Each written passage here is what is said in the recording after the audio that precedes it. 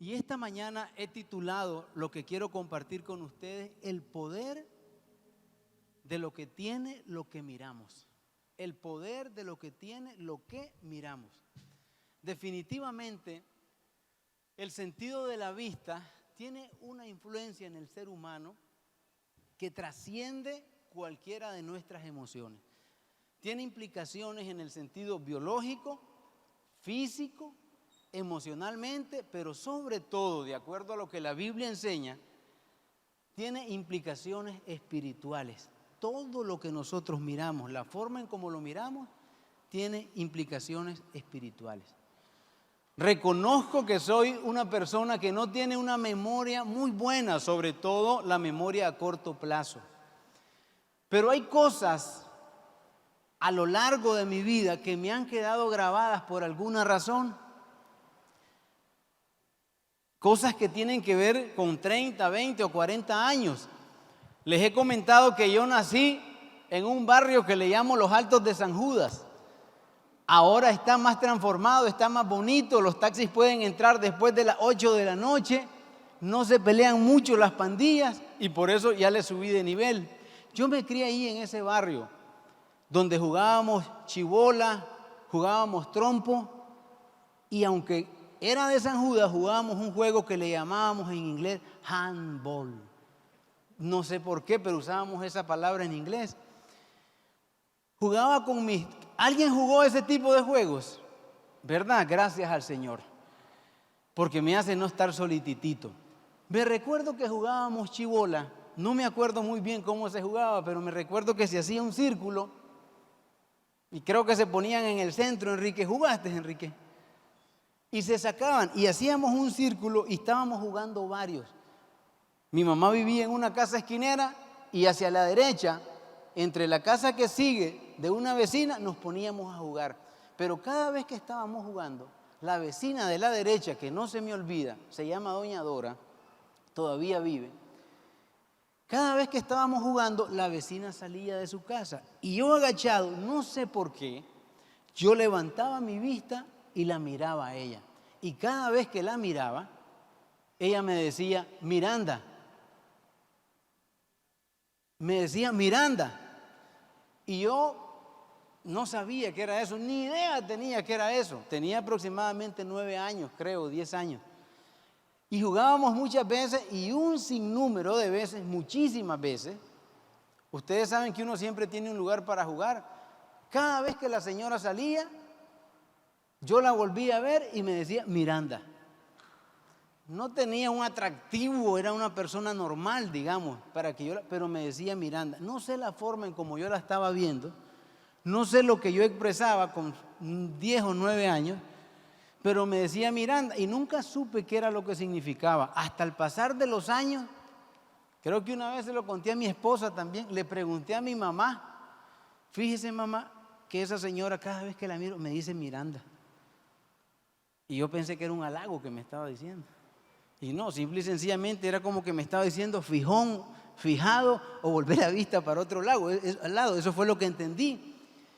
De tal forma que a veces miramos sin tener la intención de hacer algo y afectamos a las personas en una manera que somos inconscientes de lo que estamos haciendo. Casi todos los que estamos en este lugar, voy a decir el 95%, para dejar ese 5% donde usted se puede ubicar y no diga que yo lo metí dentro del bolsón. Casi todos tenemos la mala costumbre de juzgar a las personas por la primera impresión que tenemos. ¿Sí o no? ¿Solo yo soy el único juicioso, malintencionado? Casi toditos lo hacemos. Nos formamos un juicio parcial de las personas o los acontecimientos que estamos viendo por la información que estamos recibiendo en nuestra mente a primera vista de la persona.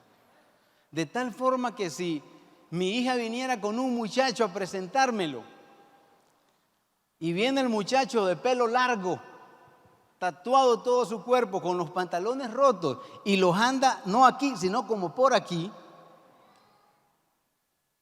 Hay un proceso de percepción que los especialistas llaman y que es la capacidad de transformar toda la información que vemos para procesarla en nuestro cerebro. Si mi hija viniera con un muchacho así, yo empezaría a utilizar el proceso de percepción y decir, ¡ih! Viene pelo largo, tatuado, con el pantalón aquí, que no sé cómo hacen para que no se les caiga el pantalón, si ellos lo andan más para abajo que para arriba. Comienzo a usar el proceso de percepción y digo, no, este chaval es un vago, qué barbaridad. Y comienzo a traducir información con solo lo que estoy viendo, sin necesidad de que hemos entablado una conversación. De tal forma que me hago un juicio mentalmente, pero un juicio sesgado, porque solamente lo estoy haciendo en base a lo que estoy mirando.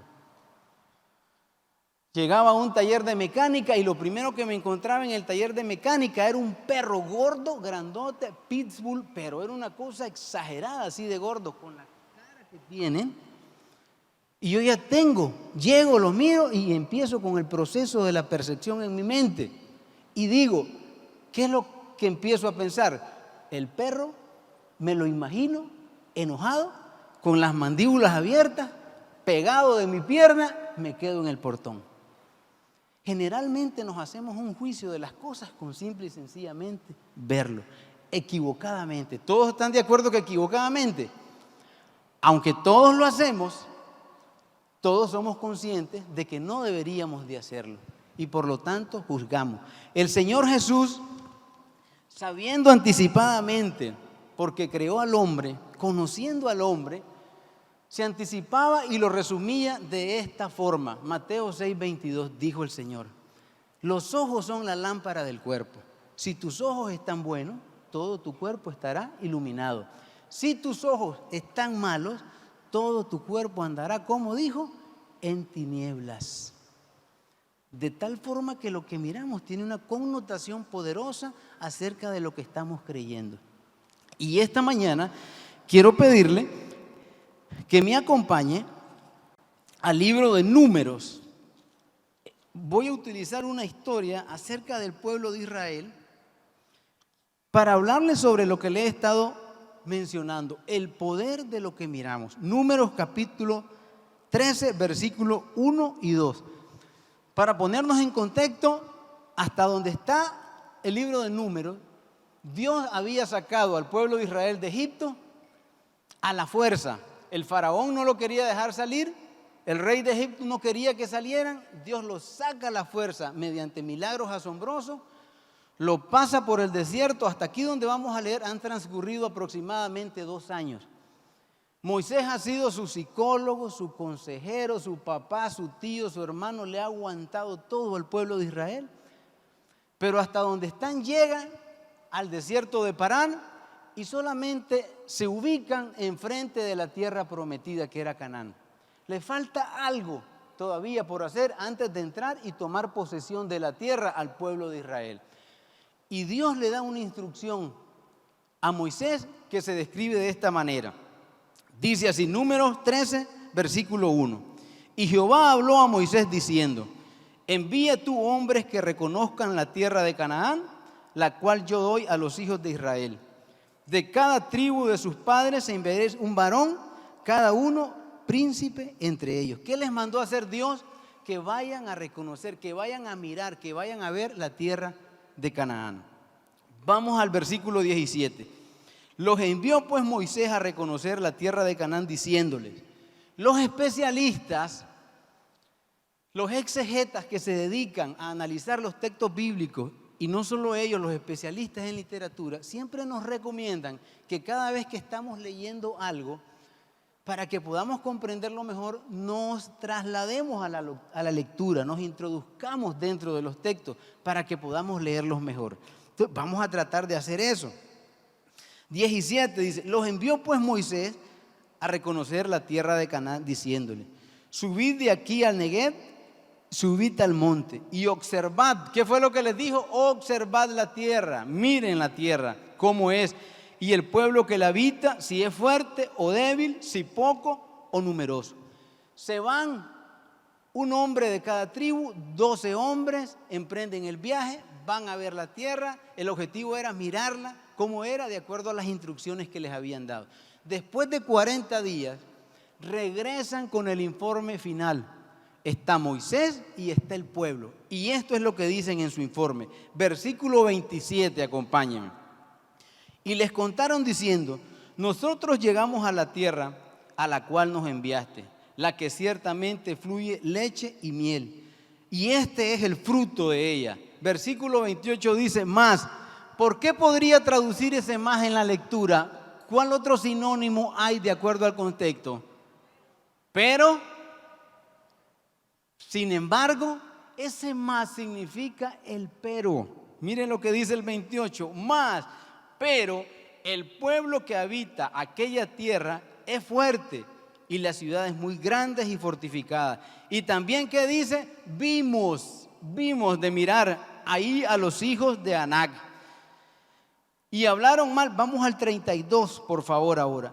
Y hablaron mal entre los hijos de Israel de la tierra que habían reconocido, diciendo: la tierra por donde pasamos para reconocerla es tierra que traga a sus moradores. Y todo el pueblo, ¿qué dice? Vimos. Todo el pueblo que vimos en medio de ella son hombres de grande estatura. También, ¿qué dice? Vimos ahí gigantes, hijos de Anac, raza de los gigantes, y éramos nosotros, a nuestro parecer, como langostas, y así le parecíamos a ellos. Mandaron 10 espías, 10 estaban dando esta versión, pero en el versículo 6 de Números 14, acompáñenme ahí por favor, de los 12 espías, hubieron 2 que tuvieron una visión diferente de lo que presenciaron, y esto fue lo que dijeron. Y Josué, hijo de Nun, y Caleb, hijo de Jefone, que eran de los que habían reconocido la tierra, rompieron sus vestidos y hablaron a toda la congregación de los hijos de Israel diciendo: la tierra por donde pasamos para reconocerla es tierra en gran manera buena. Si Jehová se agradare de nosotros, Él nos llevará a esta tierra y nos la entregará, tierra que fluye leche y miel. Y de ahí sale mi primera observación. Todos vieron lo mismo, bajo las mismas circunstancias. Todos se encontraron en el mismo lugar, el mismo tamaño, las mismas personas. Pero 2 tenían una perspectiva diferente. 10 miraron, simple y sencillamente miraron. Y todo lo que miraron fue las circunstancias negativas. 2 miraron las mismas cosas, nunca negaron lo que los otros 10 estaban diciendo. Pero hubo una gran diferencia. Tenían el poder para creer que lo que estaban viendo enfrente, todas las circunstancias que se estaban presentando, Dios podía cambiarlas para cumplir la promesa que les había hecho hace años cuando salieron de Egipto. Por tanto, mi primer pensamiento es: el poder de lo que miramos radica en el poder de lo que creemos. El poder de lo que miramos radica en el poder de lo que creemos. El apóstol Pablo lo dijo de esta manera: seguros que caminamos no por lo que nosotros miramos, sino por lo que nosotros creemos. Hay tiempos cuando la mirada nos traiciona.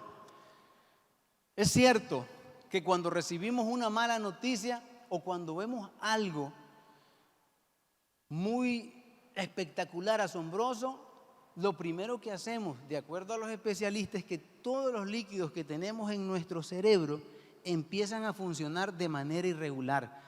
Por lo tanto, cuando nos dan una mala noticia, lo primero que hacemos es empezamos a temblar, el corazón nos empieza a palpitar, empezamos a sudar, nos deprimimos, y es una reacción normal a lo que estamos mirando de frente.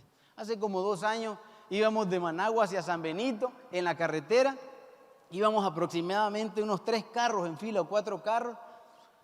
Solo iba con mi hijo, yo con Armandito que venía detrás de nosotros, y conforme nos vamos acercando a la salida que hay en Tisma, miramos que hay un fuego en la carretera al lado derecho que está saliendo del Zacate. Vamos caminando normal, vamos despacio, conforme vamos acercándonos vemos que el humo se va incrementando, no así el fuego, pero sí el humo. Vamos los carros, nos metemos al humo y de repente vemos que humo sube su nivel, nos tapa toditos los carros, pero el carro que va delante de nosotros, que no lo conocemos, se detiene en medio. Y el humo empieza a llenarnos, empezamos a sentir el humo, no se miraba absolutamente nada en la carretera y vuelvo con el proceso de la percepción. Yo miré el humo, traje la información a mis pensamientos y comencé a maquinar. ¿Ustedes creen que en ese momento me podía hacer el poder de lo que creo? No, en ese momento ya nos asfixiamos. Comienzo a sentir el humo y comienzo a pitarle al hombre y a pitarle porque no tuvo que haberse detenido. Probablemente él se asustó al ver el humo. Yo lo único que miraba era el bumper de él. Él se asustó al ver el humo y lógicamente se detuvo asustado, pero era peor que nos quedáramos porque ahí sí nos íbamos a asfixiar. La cosa es que empiezo a pitarle y a pitarle y a pitarle. Veníamos con una persona atrás en el carro de nosotros, un poco más volátil sus emociones, y empieza a llorar. Porque lógica, era desesperante, se miraban solo las cositas negras pasar por el vidrio. La cosa es que lo que miro me impresiona y empiezo a sudar. Le estoy hablando de cosas de 8 o 10 segundos. Pero el poder de lo que miramos hace que cambiemos la perspectiva de lo que creemos. Finalmente, lógicamente, el hombre arrancó. Yo no me podía aventajar porque podía venir un carro y podía chocar. Había fuego a la derecha. Finalmente el hombre arrancó y pasamos. Pero hay veces que la mirada nos traiciona. Es cierto, es difícil cuando miramos que la montaña es demasiado grande. A veces miramos que el proceso es demasiado largo y difícil de cruzar. Miramos que el tiempo ha sido muy doloroso para todo lo que estamos enfrentando en nuestra relación matrimonial. Miramos y no dejamos de ver que no hay cambios en nuestros hijos, con nuestra familia. Nunca llega el trabajo que necesitamos para poder mantener a nuestra familia. Miramos que nuestros negocios nunca salen a flote como quisiéramos que salgan. Miramos todo lo que está al frente, pero el poder de lo que uno mira radica en creer que Dios es bueno, que Dios es refugio de todos los que en Él le buscan, que Dios es refugio en tiempos de la angustia.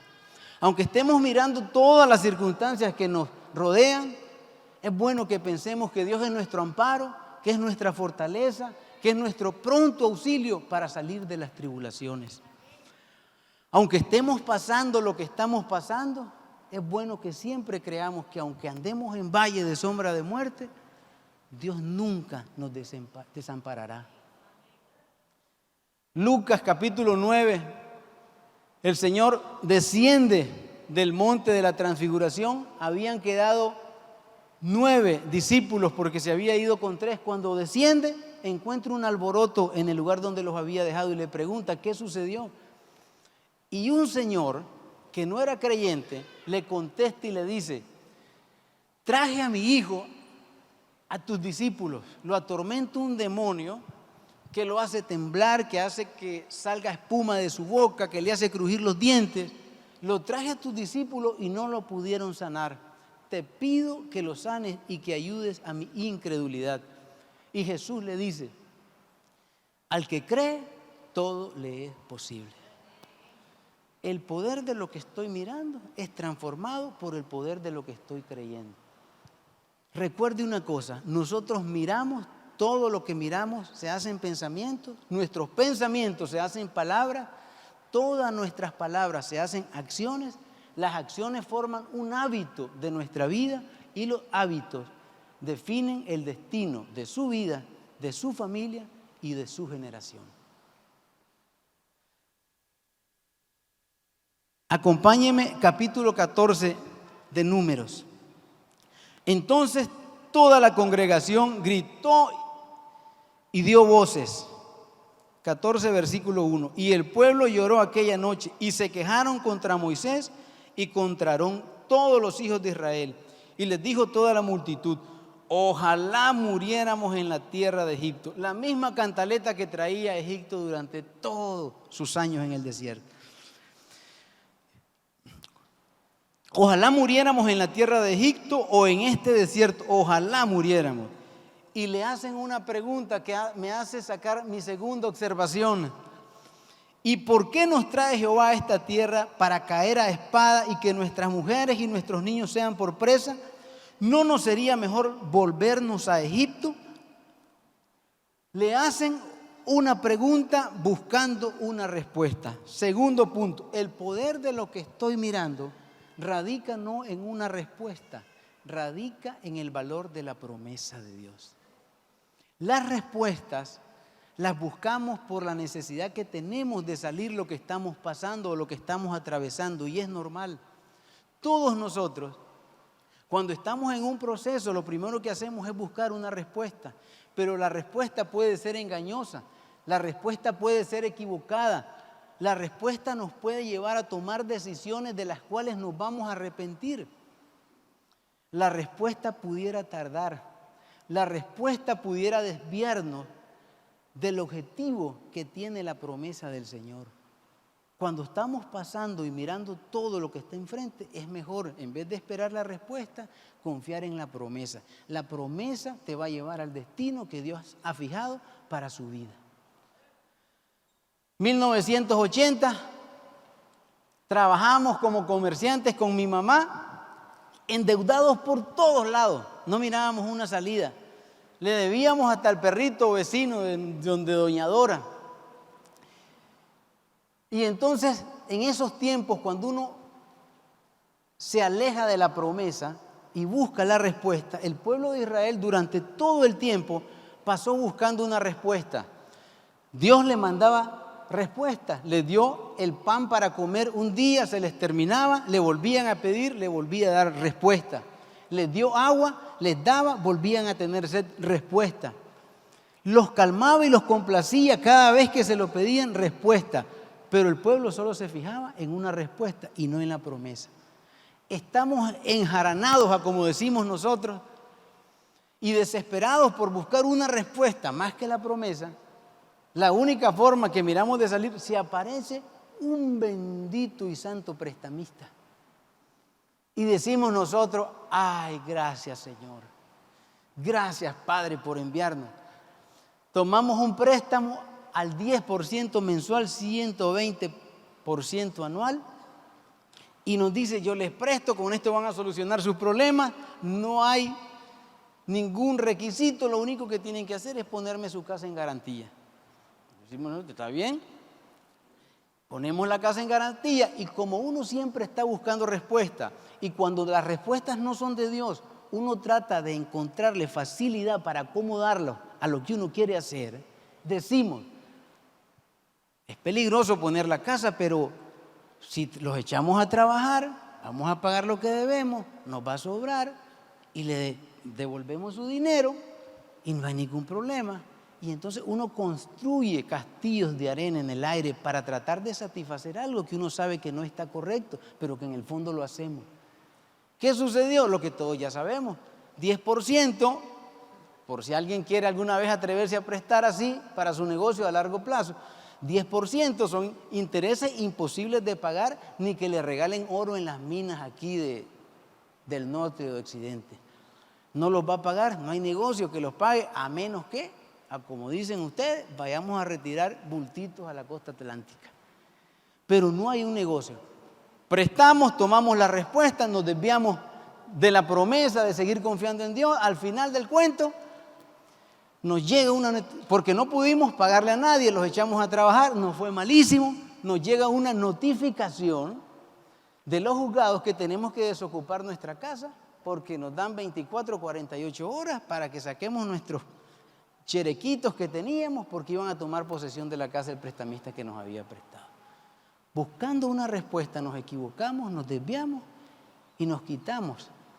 Ahora, el hecho de que nosotros nos desviemos o no tengamos fe en lo que Dios va a hacer no significa que Dios no va a cumplir la promesa.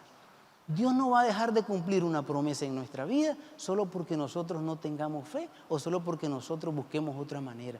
La va a retrasar, va a ocupar a otras personas, tal vez a sus hijos, tal vez a sus nietos. Por esto que fueron a mirar estos 10 espías a la tierra de Israel, tuvo una consecuencia fatal.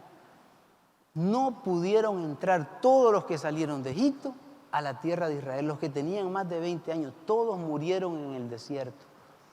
Dios no dejó de cumplir su promesa.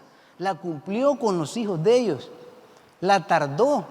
Los hizo vagar en el desierto y morir. Pero Dios no depende de nosotros para cumplir su promesa. Aquí mismo el pastor nos ha dicho muchas veces, hablando de fijarnos en la respuesta, cuando Dios nos prometió que íbamos a construir todo este templo, encontramos una respuesta buscándola. Del 50% de los que están aquí tal vez escucharon y acudimos al préstamo del banco. Benditos préstamos. Y nos enjaranamos cuando Dios ya nos había dado una promesa y fue un dolor de cabeza que gracias a Dios y a muchos de ustedes logramos salir de eso. Pero esperando una respuesta. El poder de lo que yo miro no radica en mi respuesta, sino en la promesa que es a más largo tiempo. Números 14, versículos 10 y 11. Entonces toda la multitud habló de apedrearlo. Ya estaban enojados. Pero la gloria de Jehová se mostró en el tabernáculo de reunión a todos los hijos de Israel. Y Jehová dijo a Moisés, y aquí va mi tercera observación. Este es un en vivo. Cada vez que Dios se le aparece a su pueblo, yo le llamo los en vivos de Dios. Y si tenemos la capacidad de meternos en la lectura, como dicen los especialistas, se siente mejor cuando estamos leyendo. Mire, haga de cuenta el caso que estoy yo aquí, está Dios ahí y está Moisés. Y se le aparece Dios a Moisés. Y al parecer, Dios estaba escuchando todo lo que estaban hablando. De tal forma que se le aparece y le dice, y Jehová dijo a Moisés, ¿hasta cuándo me ha de irritar este pueblo? ¿Hasta cuándo no me creerán con todas las señales que he hecho en medio de ellos? Y yo quiero ver qué le responde Moisés. Dios le está preguntando, le está pidiendo una respuesta a Moisés. Mi tercer punto, el poder de lo que miras radica en el poder de lo que ya has visto.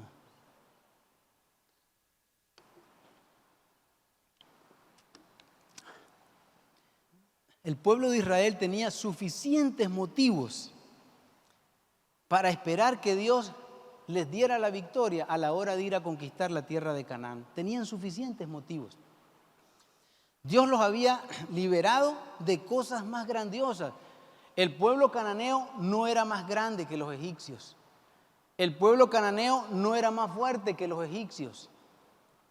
Dios los había sacado de un lugar exageradamente grande y destructor que los había mantenido esclavos. Todos nosotros los que estamos en este lugar tenemos un memorial que recordar de las cosas que Dios ha hecho en nuestra vida. Yo creo que no hay nadie aquí en este lugar que no nos acordemos de algo que Dios ha hecho en su vida, con su hijo, su hermana, su mamá, todos. Y Dios le pregunta a Moisés, ¿hasta cuánto he de enseñarle las cosas que he hecho con ellos? Todos podríamos recordar del lugar donde Dios nos ha sacado, los milagros que Dios nos ha hecho, porque todos tenemos una historia que contar cuando se trata de eso. El poder de lo que estamos mirando radica en el poder de lo que Dios ya ha hecho en los días pasados. Hace como un año tuvimos una situación con una de nuestras hijas. Tenía alguna condición médica, física, y mirábamos y estábamos viendo y visitábamos a algunos doctores y no había mejoría. Y decíamos nosotros, no hay mejoría, le buscaban por aquí, le buscaban por allá y no hay ninguna mejoría. Y entonces, lógicamente, lo que uno mira de primas a primeras, como decimos, son solamente, es lo malo. Lamentablemente todos utilizamos la vista y cuando hacemos un juicio, el juicio no lo hacemos en sentido positivo, lo hacemos en sentido negativo. Si el muchacho que venía con mi hija a presentármelo, yo lo miro y no voy a decir, pobrecito, de seguro no tuvo para cortarse el pelo esta semana. De seguro los tatuajes se los impusieron a la fuerza cuando era chiquito. Y de seguro anda esos pantalones porque no tiene para comprarse pantalones de su talla que le ajusten a su cintura y que no se le bajen. Generalmente hacemos juicios para cosas negativas. Cuando yo miro lo que está sucediendo, humanamente hablando, lo primero que hacemos es atemorizarnos, como hizo el pueblo de Israel. Y humanamente hablando, yo digo, y uno empieza a pensar lo peor, porque así es la mente humana muchas veces. Visitamos varios médicos, hay medicamentos, no hay ninguna razón aparente. Entonces digo yo, pero ¿qué está sucediendo? Pero de repente uno se empieza a acordar de las cosas que Dios ha hecho en la vida. Tiene un memorial por el cual recordar. Y me acuerdo que Dios hizo un milagro con mi esposa, reviviéndola de un dictamen médico de cáncer, que es como muerte seguro. De repente me acuerdo que mis 2 hijas son un milagro de Dios porque mi esposa no podía dar a luz después del tratamiento. Y cuando recuerdo eso, comienzo a decir, Señor, pero si has hecho cosas mayores en mi vida de lo que está sucediendo. Si has hecho cosas asombrosas, generalmente Dios va a hacer cosas más grandes de las que ya hizo en nuestra vida pasada. Dios va a hacer cosas mayores de las que estamos atravesando en las situaciones que nos encontramos. Cuando me pasa eso, me pongo a recordar todos los memoriales que tengo detrás de mí, todos los testimonios que tengo que contar, todo lo que Dios me ha ayudado a pasar en los días difíciles de los procesos que estoy viviendo. El poder de lo que miramos radica en el poder de lo que Dios ha hecho en nuestra vida. Creo que todos tenemos por lo menos una cosa que contar. ¿Estamos de acuerdo, iglesia? Todos, por lo menos algo que contar. Y en base a eso, debemos de estar agradecidos con Dios. Quiero pedirle que se ponga sobre sus pies, por favor.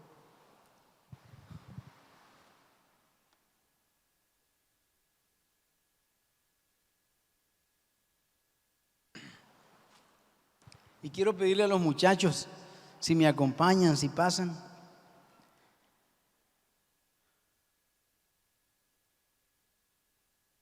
La decisión, Dios le pide a Moisés que mande los 2 espías. Dios le dice que vayan a mirar. Solamente iban a observar. Hasta donde estaban listos, estaban a punto para cumplir la promesa que Dios les iba a entregar en su mano. Ya casi todo estaba listo. Era cosa sencilla.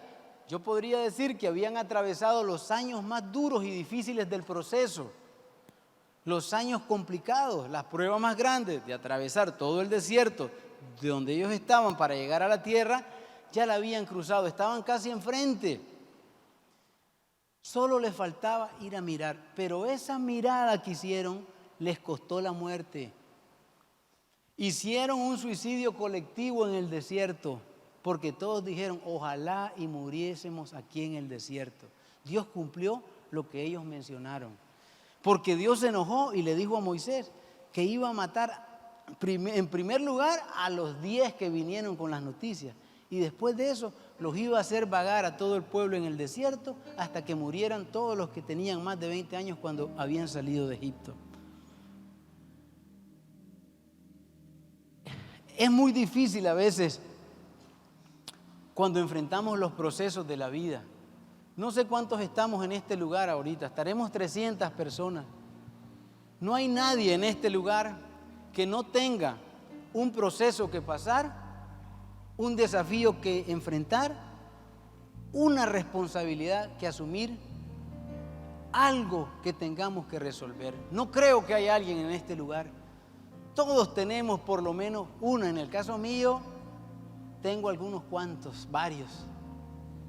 Si alguien quiere que se los traspase y pudiera ayudarme, que solo tenga uno, me avisa ahora más tarde. Pero todos en este lugar tenemos dificultades que enfrentar. No hay nadie. De hecho es que la vida consiste, desde que nacemos hasta que nos morimos, en resolver los desafíos que se nos presentan. Los bebés, desde que están en el cuerpo, luchan por nacer, deciden por comer. Y su primer desafío y el cumplimiento de la promesa es dar a luz. Y en el transcurso de la vida, mientras van desarrollando, van enfrentando desafíos, crecer, dormir, comer para crecer, dormir, comer para crecer, dormir, crecer. Todos tenemos algo que resolver. Los desafíos, es cierto que a veces parecen largos, son cansados, nos quitan la fuerza, hacen que nuestras emociones varíen. Probablemente Dios no va a evitar que pasemos por los procesos que tengamos que pasar. He escuchado cuando la gente dice: quisiera despertar y quisiera creer que esto es un sueño lo que estoy viviendo. Posiblemente no vamos a despertar porque Dios quiere que pasemos en el proceso, no lo va a quitar. Pero de una cosa estoy seguro: Dios nos va a acompañar mientras dilata el proceso que estemos pasando. Nos va a dar las fuerzas necesarias para atravesar el proceso. Nos va a ayudar para que en medio del dolor nos sintamos acompañados. Todos enfrentamos de alguna o de otra manera procesos. Dios nunca te va a sacar de un lugar donde estabas para llevarte a otro peor. Tenga la plena seguridad que Dios, si te saca de un lugar, te va a llevar a otro mejor. La tierra de Canaán era mejor que la tierra de Egipto. En la tierra de Canaán había libertad, en la tierra de Egipto había esclavitud. En la tierra de Canaán fluía leche y miel. En la tierra de Egipto les daban la comida porque no era absolutamente nada de ellos, porque eran esclavos. Dios nunca te va a sacar de un lugar donde estás o de un proceso en el que estás experimentando para llevarte a peores condiciones, aunque no lo parezca. Dios te va a mover de un lugar hacia otro porque te quiere bendecir.